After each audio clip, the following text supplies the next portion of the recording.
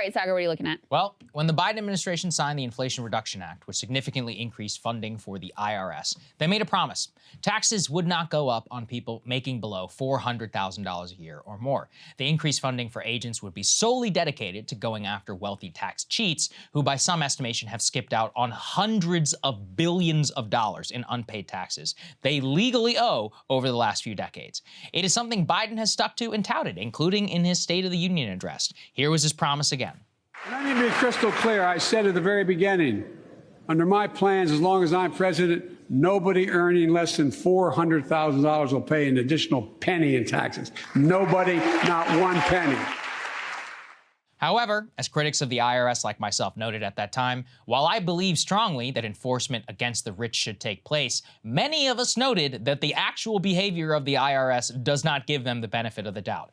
And sure enough, literally the day of the State of the Union, the IRS, flush with more cash than it has had nearly a decade, put out new guidance to show us exactly who they will be going after. The new notice reads, quote, IRS introduces new service industry tip reporting program. Oh, tell me more. IRS is establishing a new program called the Service Industry Tip Compliance Agreement, which will, quote, take advantage of advancements in point of sale, time, attendance systems, and electronic payment settlement methods to improve tip reporting compliance. The notice will literally involve monitoring employers and their point of sale systems in the service industry to record the exact amount of tips given by customers. The program is effectively blackmail. The IRS tells employers the program is totally voluntary, and by signing up though for their dystopian surveillance, you get liability from audit. Great for the business owners, but for the servers, what this effectively means is the IRS is coming for your $2 or $3 tips on a cup of coffee and make sure every cent is paid by you is accounted for.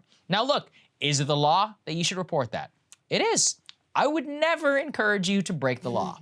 I would only say, when it's legal to pay somebody $2 an hour, they happen to get some tip income, you hang on to that instead of forking it over to Uncle Sam when you're trying to make ends meet, I'm not gonna cry about it. Neither should the goddamn government. Unfortunately, this latest action vindicates all past IRS behavior, enforcing the law most stringently against the poor while the rich get a free ride.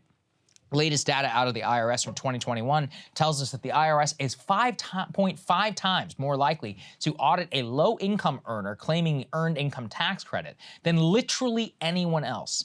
Imagine that. Somebody making effectively a poverty line, who is literally working and has kids who might have mistakenly filled out a form, is the one who deserves audits, not the uber rich? In fact, in the 2021 report I mentioned, they outlined the odds of what it is like to be a millionaire in this country and get audited. Quote, the odds of millionaires receiving some attention by the IRS is 2.8%. You dig deeper, the odds that millionaires received a regular audit by a revenue agent, 1.1%, less than the audit rate of the targeted lowest income wage earners whose audit rate was 1.27. The richer you are, the less likely you are to get audited. Why? Because it takes effort. Rich people can fight back.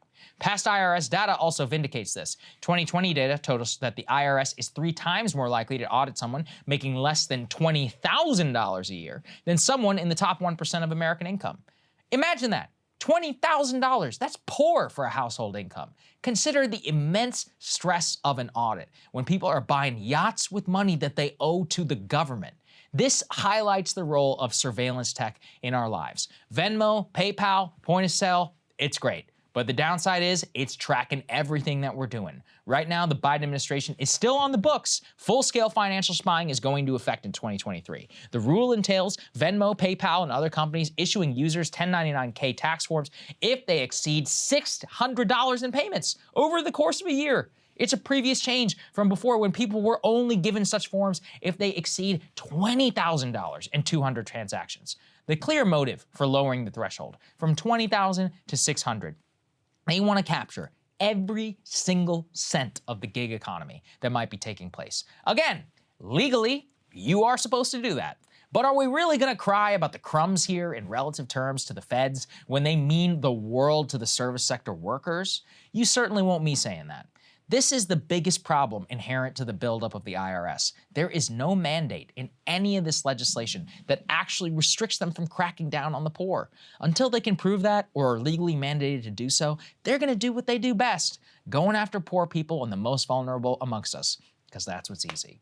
screwed up. Man, I hate this. Yeah, I mean, hate did it you, so much. did you see? Hey guys, ready or not, 2024 is fully upon us now, and Saagar and I have been brainstorming ways that we can really up our game for this critical election. Yeah, we rely on our premium subs to expand our coverage, to add staff, to upgrade the studio. We just want to give you the best independent coverage of this election, which is possible. So if you can help us out, become a premium subscriber today, breakingpoints.com, or the link is down here in the description video. It really means the world to us, and if you like what we're all about, this is the best possible way to keep us 100% independent, working only for you.